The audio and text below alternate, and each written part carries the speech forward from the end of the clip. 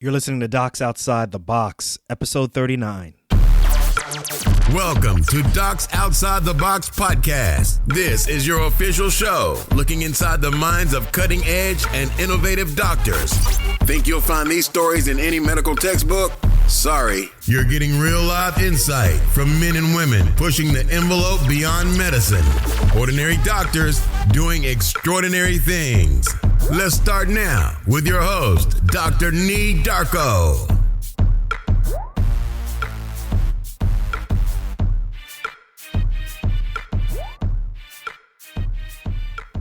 What's good, everyone? This is Dr. Nadeen White, the Doc Outside the Box, and welcome back to another episode of Docs Outside the Box. As usual, got a great one for you, but before we get to that point, got a couple of reviews that I want to talk to you about. This time, actually, I got to show some love to the folks who leave me reviews on the website, who leave comments at the bottom of the podcast episode. So this one is from Giovanni, I think, and this was on episode 37, and he or she said, "This excellent podcast was exactly what I needed to hear. Keep up the great work, Dr. Darko." Javon, I'm sorry if I got your name wrong, but either way, thank you so much. This is a fist pump through the podcast. I appreciate it. Thank you so much. Keep listening. I hope you stay subscribed and continue with the feedback. The next one is from Nina, and she made a comment on episode 36, and she says, "Great episode. Learned a lot about tax savings and ways and reasons to transition from a W-2 to 1099 position. Thanks for sharing." Nina, once again, another fist pump through the podcast. Appreciate the comment. Appreciate the feedback. I hope you keep listening. I hope you subscribe. And as always, everyone, you could always leave me feedback. I think the best way to leave feedback is through Apple Podcasts. The link is in the show notes. All you have to do is go to www.docsotb,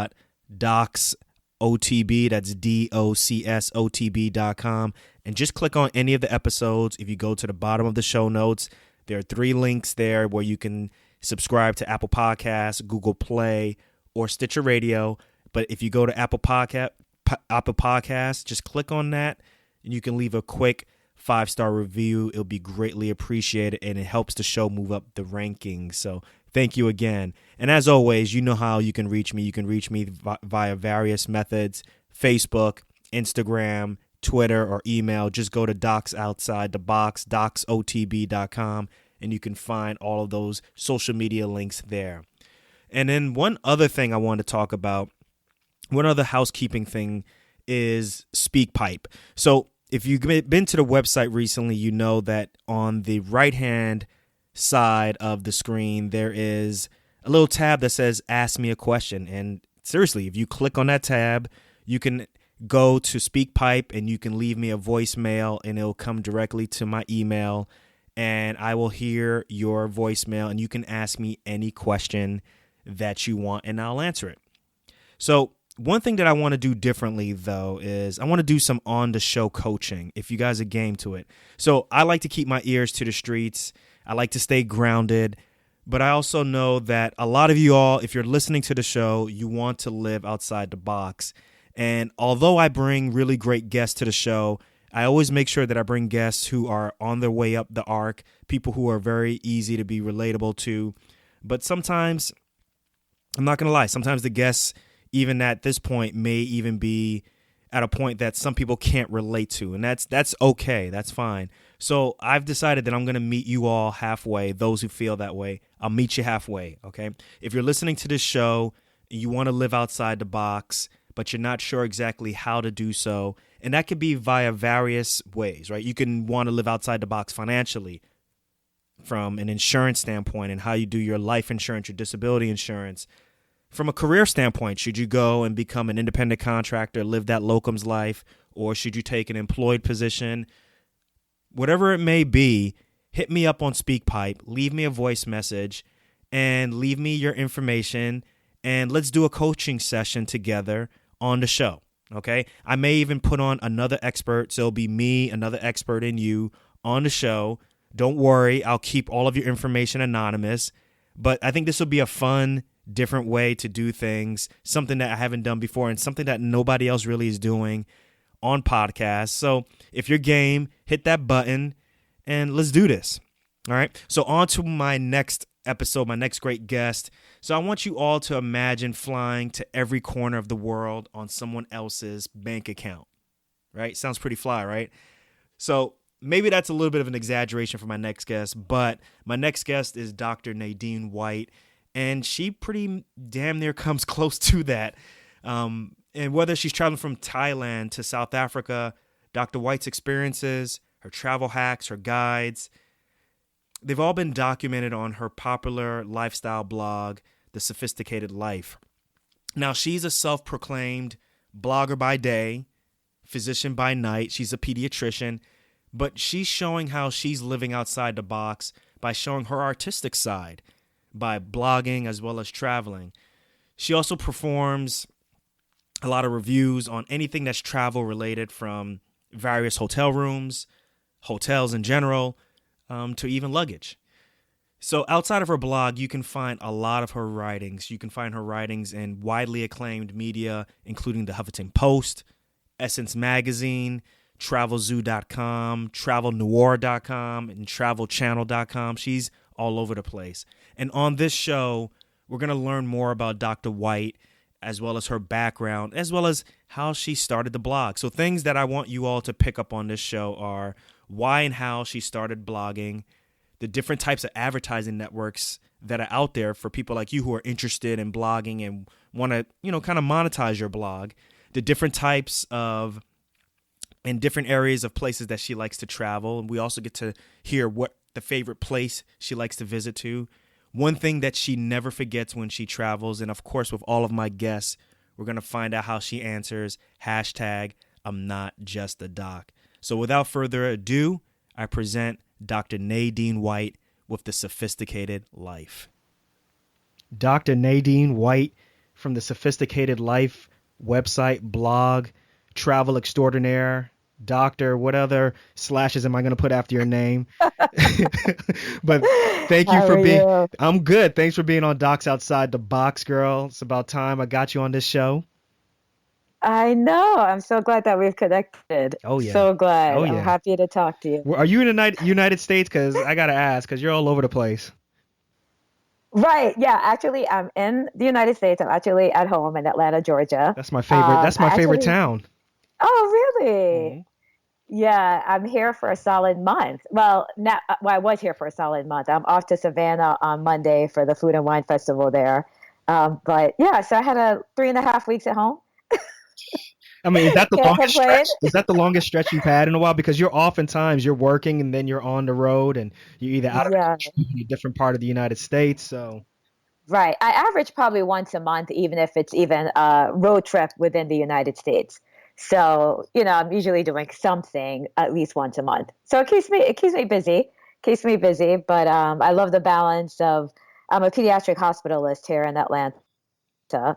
And nocturnist, actually. So I like the combination. I work my shifts and then I'm off to destinations unknown, or usually with me it's known because I plan very far in advance. Okay. So Dr. White, before we get a little too into the interview, let me ask then. Okay, so you say you're a nocturnist. You work or you live in Atlanta. You work in Atlanta. What medical school did you go to? What residency? Tell us a little bit about yourself. Oh, sure. So my family is Jamaican from Jamaica. And I lived there till I was 10 and then moved to New Jersey when I came to the United States. I always went back and forth. But so for medical school, I went to University of Virginia for college. And then for medical school, I went back to New Jersey. And it's now back to being Rutgers. At the time, it was UMD&J, Robert Wood Johnson Medical School. 9 different letters back there. Yes. So I spent time in New Brunswick and then in Camden for the second 2 years of medical school. And I always loved Washington, D.C. I think because I went to college near Washington, D.C., I had the desire to go back to that area. So I did my residency at Georgetown. And after pediatric residency, I stayed in the D.C. area for 5 years working for Kaiser Permanente as a pediatrician. So that's kind of like my initial background and leading into medicine. so to speak. So what happened afterwards? Afterwards you got, you become a resident, or excuse me, you're done with residency. You're an attending. You're making the big bucks. What happened afterwards? Talk about that. Come on now. Yeah. Well, what's funny? Well, now, back then, I don't even know what salaries are now. I definitely wasn't big bucks, but definitely comfortable. But I moved to Florida for a while because my mother retired there. I did not like Southeast Florida. Sorry for anybody who's from there.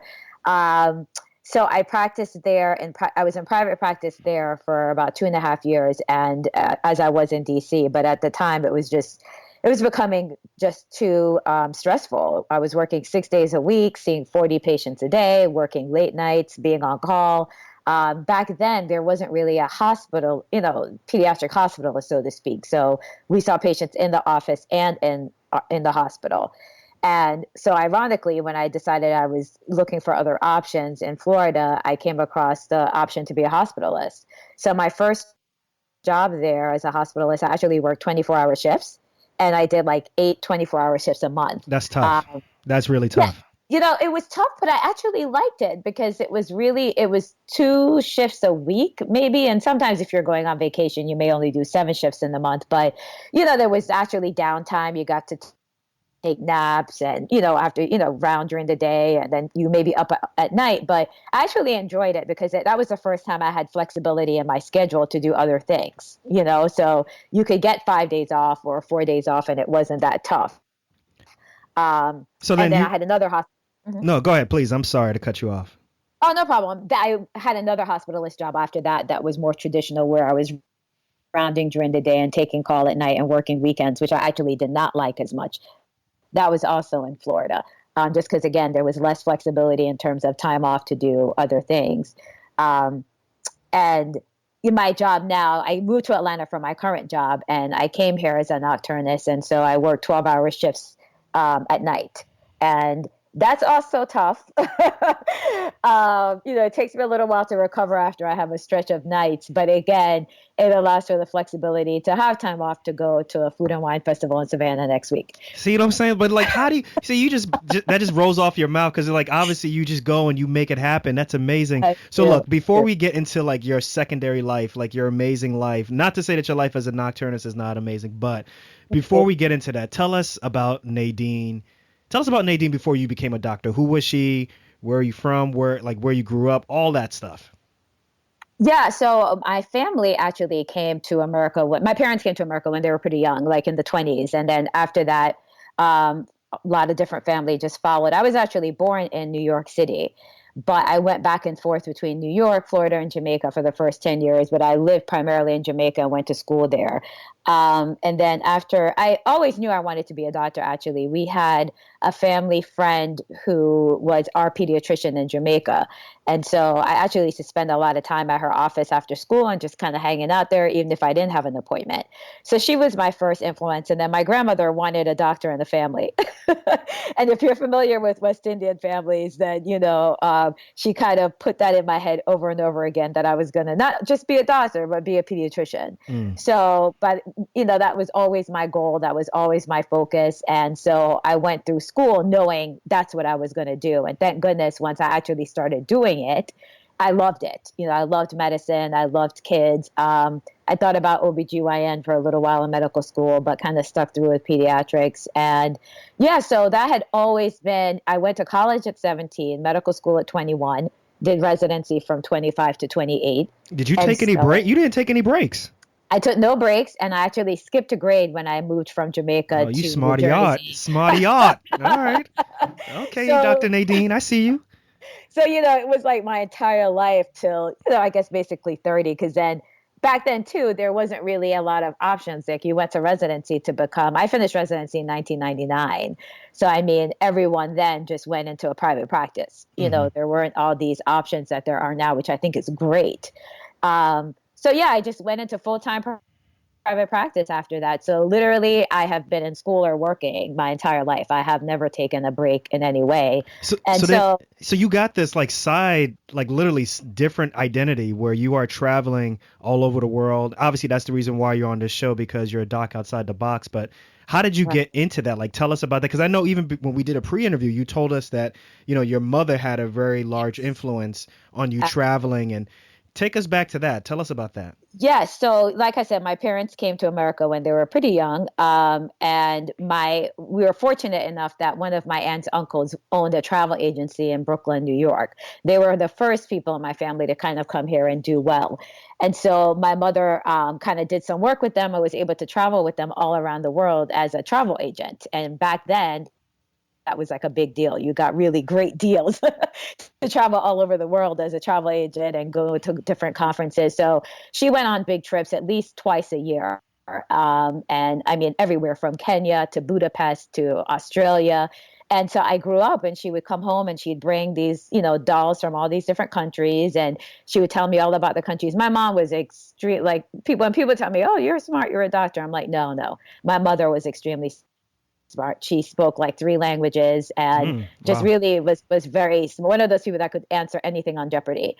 And so she was very fascinated with history and culture. And she visited, I think, 3 places prior to them having the Olympics. Like she was in Athens when they were building for that, you know, for the games to come back there. So, you know, it was very exciting for me that she would come back with all these, you know, amazing cultural gifts and stories and historical things from all these places. And when I was 15, I went on my first big trip because she arranged for me to go with her friends to Hawaii. And it was just amazing, amazing. Because before then, I had traveled around America a lot and to Jamaica, obviously, but that was like a really big deal to go that far away. And it just inspired me to want to see all the things that she talked about. And I got to go to some places with her. Like we went back to Hawaii together. We went to Paris together. And so it was great to experience things with her. But then everywhere that she's told me about, I wanted to go and see for myself. So she was definitely my travel inspiration. And I kind of made a decision when I finished residency to visit at least one new place every year. And that could be in America or internationally. And so initially it was a big deal to just get to one new place every year. And then obviously as I, you know, started paying off my loans and having a little bit more room financially, I started going to like several new places every year. And it's really exciting for me to go. I went to Thailand this year for the first time, and that was one of the places my mom loved and raved about. And it's really a great feeling to actually see these places in person that she always talked about. So I would say I really started traveling regularly after residency. So initially it was just trips to Cancun or, you know, different islands. I went on cruises, and then I started taking bigger trips to Greece and Spain. I did a bunch of 2 trips to Italy, and then I've been to Africa. So it just kind of, it's escalated, I guess, over the years in terms of how far I've gone and what I've seen. When did you start to realize that, I need to start writing about this. I need to start documenting all these trips. Right. Actually, this also goes back to my mom in a sense. I lived in Florida partly because she was there, and she passed away in 2011. And I was living in Sorry to Florida hear at the that. time. Thank you. Thank you. And working, and I was single, and I needed something else to do, you know, like I needed something else to occupy my time. And I've been fortunate. Like my girlfriends all love all the same things that I do, going to museums, going to food and wine festivals. They love wine regions and travel all the time. So initially the blog was an idea that I came up with where my friends would all contribute. I didn't even know what a blog was, to be honest with you. I started a website that was going to be like an online magazine where quarterly we would update it, just kind of like a magazine with articles on what everybody was doing in different places, or, you know, traveling, music, art, culture, everything. And initially it started out that way, but of course, you know, it's tough. Everybody's busy with their own lives, and it was hard to get people to contribute articles, even if, you know, quarterly. And during that time, I started networking a little bit on Facebook and got introduced to some of the blogging support groups. And I Which realized, is huge. Yeah, and back then, this was probably when I moved to Atlanta in 2012. I kind of rebranded and redid the site in 2013, and I realized, wait a minute. So what I'm doing is actually like blogging, except I should just focus on what I want to do and not have it be. It was initially like maybe 5 articles quarterly, and one was from me and 4 were from my friends. And so actually one of my original friends that started, with me, she's still a regular guest contributor. She's the one I went to Thailand with, and she wrote one of the Thailand articles. But I realized I really needed to take ownership of it and focus on my brand. And I learned all of that basically doing Facebook groups. And then so I redid the site. It was always called The Sophisticated Life, but it just became basically just like a weekly blog. And I write, the 98% of the articles on it. And so, yeah, so it started really as just this outlet, something fun and exciting to do. I have a friend who is in the design business, and she came up with the logo. We had different names, and another friend who owned her urgent care center is the one who actually introduced me to her web developer who developed the site.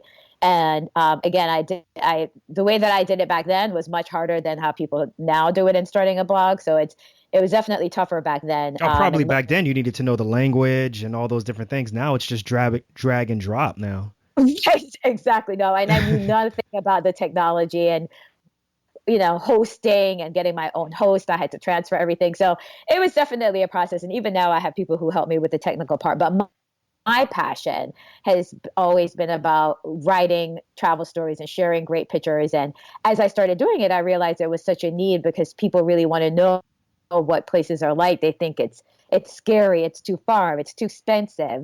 How do they treat Black people there? What is the food like? Am I going to find anything to eat? And so all these questions that I started getting, I realized there was really a need for people to see not just what the place was like, but just logistics of how to get there. So I started even writing planning guides, travel planning guides, like, okay, if you want to go to this place, this is what you need to know. When do you go? What's the weather like? How much does it cost? What's the food like? And so, yeah, it really, it kind of, between my readers and followers and what I like to write about, it just kind of developed over the past few years into what it is now. So it's kind of just taken it's just kind of gone on its own. It's kind of exploded because you're all over the place now. Like you're on Huffington Post, you're on all these different digital media. Come on now, girl. You gotta brag a little bit about yourself now. Come on.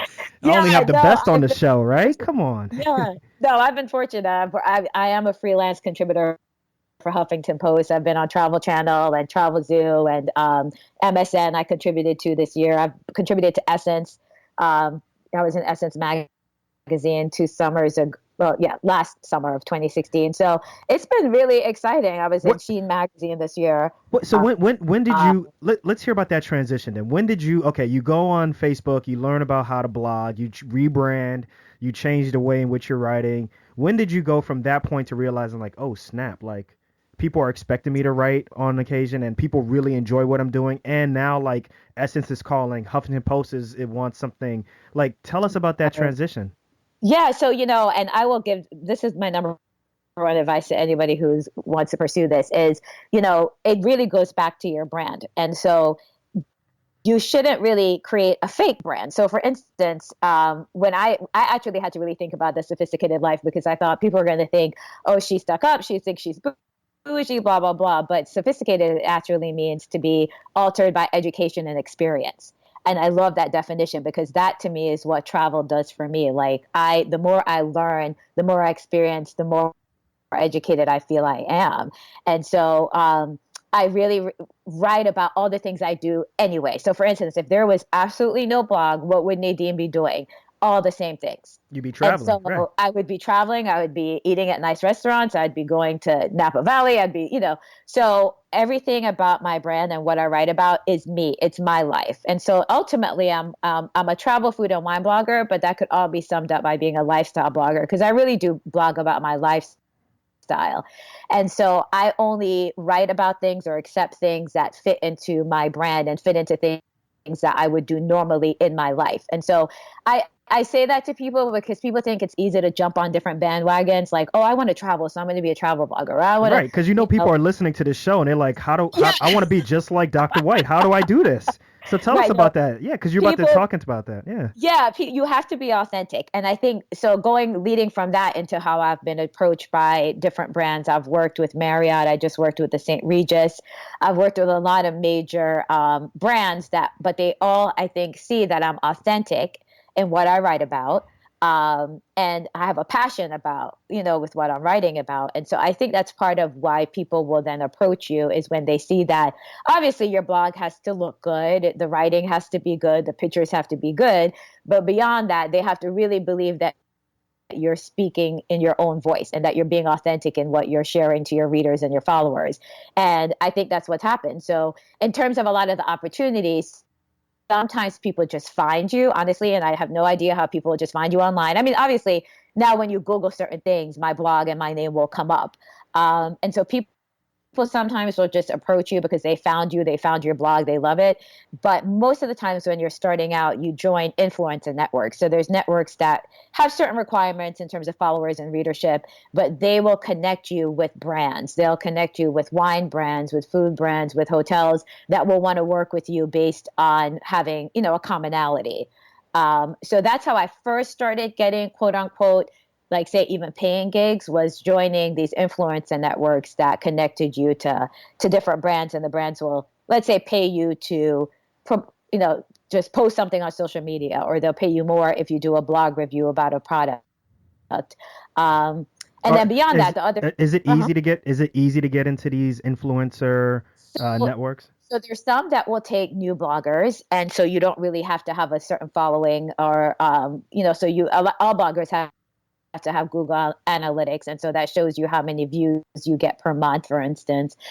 So some of them have higher criteria. So the more followers you get, the more readers you get, then you obviously can get into the bigger networks, and they're the ones that pay the most. Just like ads on your site. So I'm part of an ad network, and you have to have a certain number of readers, and to be able to get into that ad network. But then once you're in, and they put their ads on your site, then you can make money that way. Um, and again, for me, it's never been about the money, but blogging is there is money involved with maintaining the site, and social media and technology support and all those things. So that's where the monetization comes in for me. But for people who really, really want to make a lot of money on blogs, they have to realize that you have to have the readership. You have to have like, for instance, you'll see an application and it'll say you have to have at least 5,000 Twitter followers or 10,000 Instagram followers. So a lot of these Damn. Are you serious? oh yeah, definitely. Oh, A lot of them will have requirements that you have to meet in order for them to even work with you. That being said, again, there's some like beginner networks that will pay, or they'll give you free things for you to write about it. And when I first started, I'll be honest, I did that. Somebody mailed me something for free that I may like a travel bag, and I wrote a blog post about it. Now the networks I'm in, they don't expect you to do anything like that for free. They'll send you the product, but you'll also get paid to write about it. So I hopefully got that you. kind of makes sense. And then So humble you also, beginnings, right? right, exactly. So it just kind of, and then beyond that, then the other aspect is pitching. And people who are new to blogging probably will hear this over and over again. So you can get your own opportunities by just pitching to brands, pitching to hotels, pitching to airlines. You have to have what we call a media kit, which is like a CV for doctors. And it lists all the people that you've worked with. It lists what you're offering. It lists, you know, what your readership is, what your followers are like. So, for instance, if you go into my Google Analytics, you'll see that most of my followers are women. Most of them are in their 30s. Most of them are in America. So, if a brand is trying to reach that demographic, then that works, for them. Then they'll want to work with me. And so you put all of that in your media kit, and you can send that to different people that you personally want to work with. And sometimes it works and sometimes it doesn't. But obviously it's great if you make a pitch to something or someone and then they're like, oh yeah, great, we love to work with you. That's basically the different. People always ask me, how do you make money blogging? And it's by ads. It's by something called affiliate links. And in terms of people doing that, where you may write a travel gift guide and you'll have links in there to your Amazon store. So if people buy stuff from your store, they'll make a little money. And then you'll make a little money. And then it's by being part of these influencer networks, and then also by pitching. for me, because again, monetization is not a huge part of why it's not a huge part of why I do this at all. It's for the experiences. And so if somebody says, Nadine, we want you to come to, Santa Barbara, which I went to last year, and we love to host you. And so we'll give you tours, place to stay. And that's something I would do anyway. Then I will do all of that and write about it and give my honest review, but they don't have to pay me because that trip alone is pay. So you ever felt pressure to write something like really good just because like they flew you out and they wine and dine you? Right. So I've had the opposite happen recently where I got something for free and the agreement was for me to write a review and I didn't think it was great. And so that was tough, and so, yeah, you have to deal with that where if something isn't, I would never want to be dishonest with my readers, and promote something that I didn't enjoy myself or didn't meet my standards. So I'm picky about the things that I agree to do. I'm with who I agree to work with or places I agree to go to. But that's only happened once or twice. And then usually I'll make some kind of adjustment with the post and say, okay, this is how you'll have a good experience with these tips. And I put information in there that I didn't know ahead of time that would have made my experience better. So I share that with my readers. I've gone places that, I may have been hosted in a hotel that I wouldn't really stay in myself probably. And so I'll talk to them about that and say, well, I'll put where I stayed, but I won't do a whole hotel review on a place that doesn't fit my brand that I wouldn't have stayed in on my own, if that makes sense. But I'll link and say, this is where I stayed while I was experiencing all these other wonderful things in this place. So yeah, you learn a lot of that as you go. And I've definitely had people help me along the way, other bloggers that had attained success. And so, yeah, that has it's definitely networking is a huge part of it. And having great support groups is a great part of it. And obviously, depending on what you want to do, for me as a hospitalist, it's allowed me the flexibility to do a lot of these things that if I had a, 9 to 5 days a week,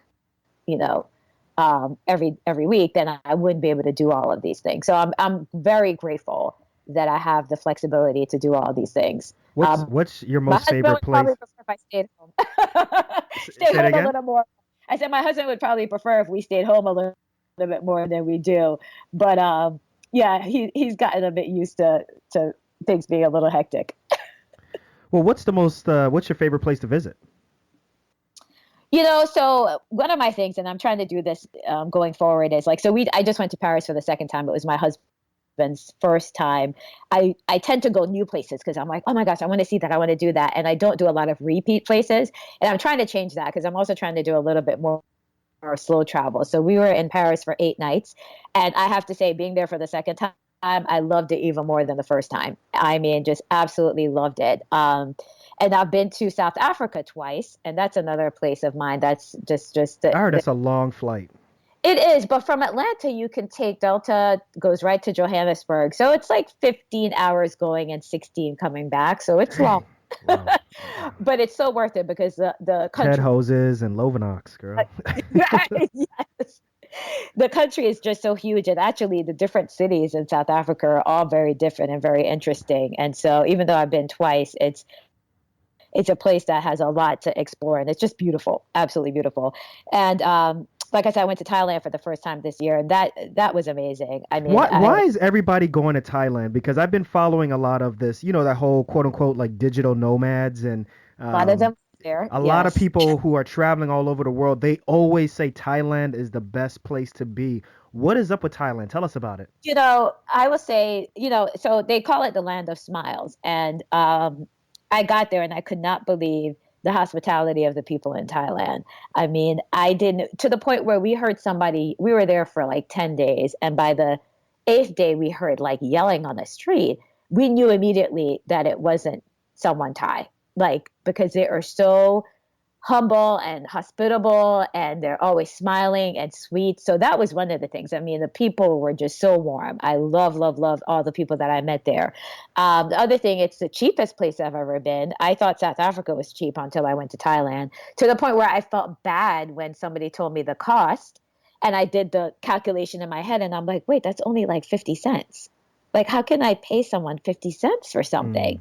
So it's incredibly cheap. And it's, again, it's gorgeous. And we went to 3 cities. So Bangkok is definitely a city, and I'm a city girl. So I love Bangkok. You have the rooftop bars and lots of Michelin star restaurants and just a lot of temples, the palaces. I loved it. But then you have Chiang Mai, which is in the northern area, which was much more like not a forest, but very, just lush, just gardens everywhere. And you're up in the mountains and it's cooler and very like neighborhoody. Like you just felt like you were in someone's neighborhood back home, even though you were in Thailand.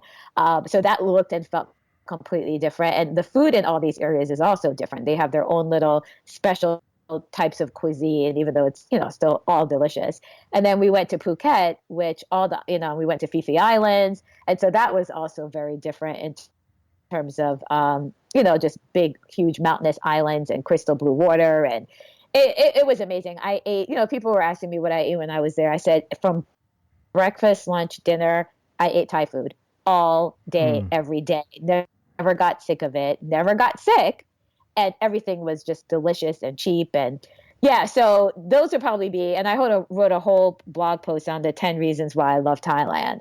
And I'll link to that in the show notes too. oh, awesome. Awesome. Yeah, so it's popular we met a lot of digital nomads in Chiang Mai.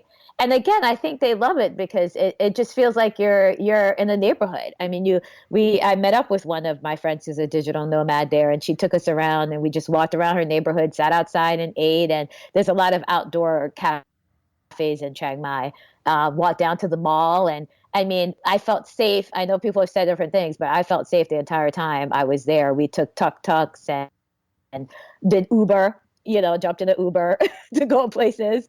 And so, no, it was a really, really great experience. So yeah, now. Speaking of dangerous, I wanted to get on it because I know you said obviously you felt very safe in Thailand. What's the most dangerous place you ever been to in the world? Oh boy. I don't consider any place I've been to really very dangerous. How about this? I mean, I would how about say, this? Would you ever go? Is there a place that you would never go back to? How about that? Not that I can think of offhand. Really? I will tell people no, there's nowhere that I've been that I've hated. But I will tell people that Johannesburg, you have to be careful. I mean, and I only say that to say that I was fortunate to be with my husband's. We went there for his job, and so we got to spend a lot of time with locals. And we were going to just go walking around, downtown Johannesburg, and they got a little nervous. And they were like, let's send some locals with you. And I did some tours with some locals there. And, they say they don't feel like it's any different from what they've heard in America. But then he told me a story about his parents' house just got, they broke into his parents' house with guns and stole everything. And so I would definitely say you should be, just like anywhere, you need to be careful. I don't just go wandering out by myself at night anywhere, Got you. But I have definitely heard stories while I've been there and then since coming home as to things that have happened to people there. Right now, people are telling you to be extra careful. Like if you land in the airport there, especially at night, to not just jump in an Uber from the airport to your hotel. So that's someplace I think you have to be a little bit more cautious. And if you know anybody there, it was probably even more helpful for them to take you around. And pick you up from the airport and drop you off and things like that. So that's only a place, but there's really nowhere I've been that I would never go back to. I mean, I've even been to Cuba and I loved Cuba. I felt very safe in Cuba. We spent a week there touring the island and it was amazing. There have been places I've been a little bit disappointed, but nowhere that I felt unsafe enough that I wouldn't go back to. I thought I'd be able to cause some controversy on this show, but I guess. I'm very much I'm so excited when I'm in a new place and I just want to meet the people and eat the food. And, so I'm so caught up with all of that I don't focus in on, what I've heard about. I try and have my own experience, in other words. Okay. Well, Dr. White. Go by what people say. Well, Dr. White, we're getting towards the end of the interview, so it's time for some quick, fast questions where I Okay. ask you any type of question. You tell me the first thing that comes off of your dome. Don't think too much about it. You ready to do this? Okay. All right. What's one thing you want listeners to get from this podcast? Oh, that's easy. Just to live your best life and do all the things that you're passionate about. Don't let anybody put you in a box. No That's pun what I'm talking intended. about. Yeah, And yeah. Actually, pun is intended, girl. people tell me, and especially my family and friends didn't get it at first. They're like, "But you're a doctor. Like, why are you doing this blog thing?" Well, why not? Like, do anything and everything that you have the ability to do that you're passionate about. So that would be my number one thing I would want people to get out of this. Love that answer. Love it. Give us a quick tip on how to get an upgrade either on a flight or on a hotel because I know you've been upgraded. So hook us up. Well, with hotels, I always tell people it never hurts to just ask. Always email. Granted, for blogging, you're in a different sphere, so you're emailing the marketing department, the PR department to work with them and get upgrades in that way. But just for anyone else, a layperson, I just always say just ask. It never hurts to ask ahead of time when you're checking in. You just never know. For airlines, that's a little bit tougher. I mean, obviously, if you have mileage plans, then you can leverage that. And when again, like when the flight's taking off, when it's they have available seats, it never hurts to really ask. But for airlines, it's a bit tougher. I always tell people to try and have some kind of mileage account with your home airline or a credit card or something that you can use. Use for upgrades. So that's what I would recommend probably for airlines. Okay, so you work in a hospital, you're busy taking care of children and sometimes even sick children, and then you go and you travel all over the country as well as all over the world. And then now you're blogging and you have, obviously it's a business. Like, how are you able to balance everything? Give us a life hack that you're using to become more productive. Let me tell you, my notes in my iPhone, people may think that's funny because I know there's a lot of fancy schedulers, but my iPhone notes, I don't know what I would do without that. So any single thing that pops into my mind, that could be from a blog idea.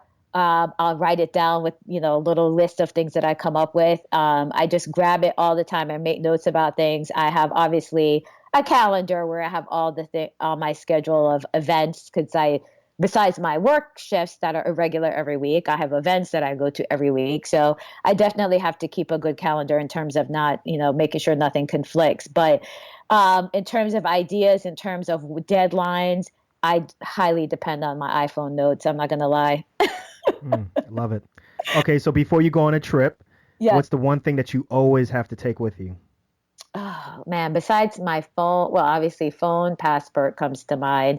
Um, you know, there's nothing. My phone now is just like everything because even like guidebooks and everything I download on my phone. So, Right. obviously, there have been times I've been packing. I'm like, wait, what about the passport?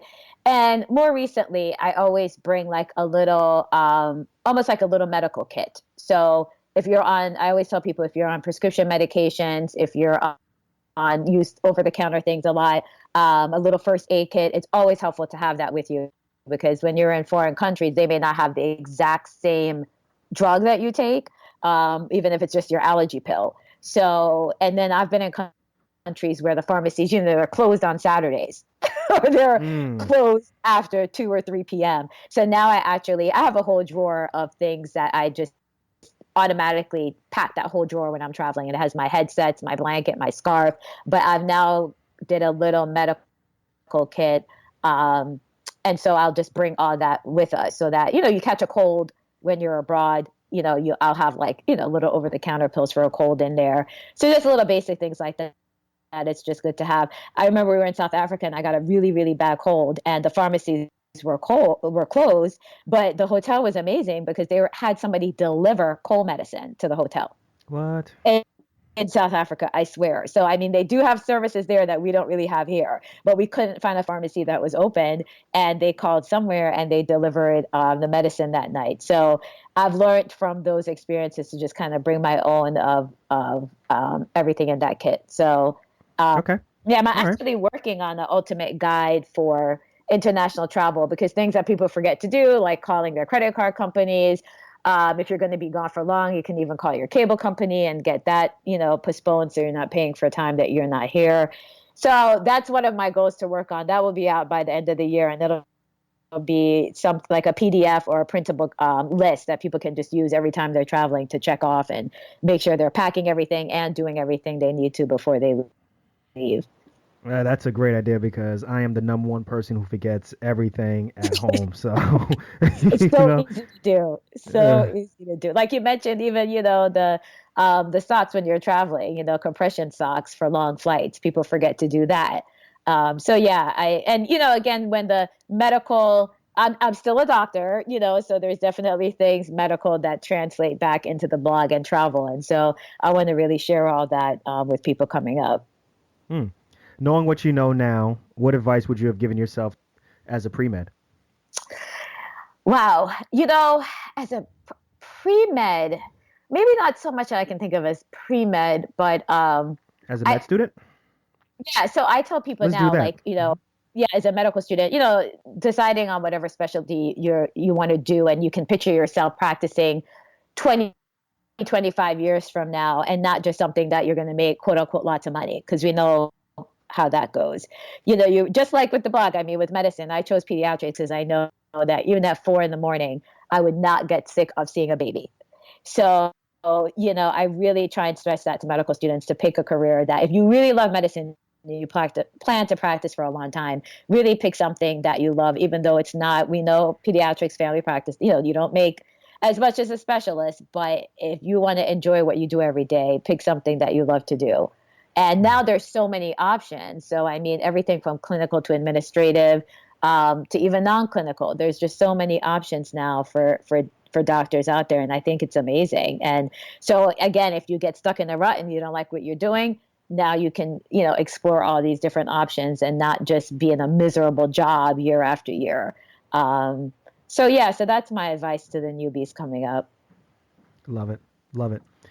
Now, I asked this question to all my guests. You're included. You're up next. So, Dr. White, finish this sentence. I'm not just a doc. I'm a hustler, entrepreneur, wife, friend, traveler, foodie, and keep going. You putting all the slashes afterwards. Keep going.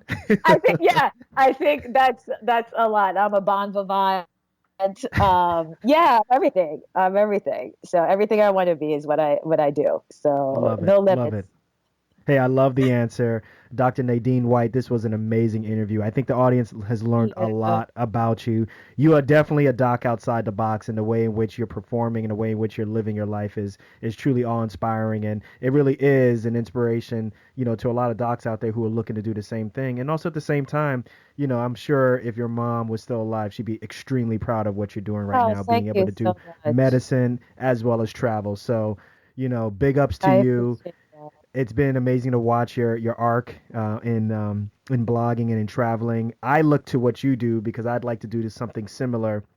Not within the travel world, but maybe obviously within podcasting. So I just want to say, keep doing what you're doing. I want to acknowledge that you're doing amazing things, and I'd love to have you on the show. Maybe sometime in the future we could talk about some amazing other places that you've been to. Awesome. Thank you so much. Thank you for what you do and showcasing what I believe in, that you can be a doc outside the box. You can do anything you want to do. And so I appreciate you having me. That really was a great episode. I learned a ton from that episode, and I now know how to get me possibly a free hotel room or maybe even an upgrade. Thank you, Dr. White. Much appreciated. But for those who enjoyed this podcast, please, once again, show your love.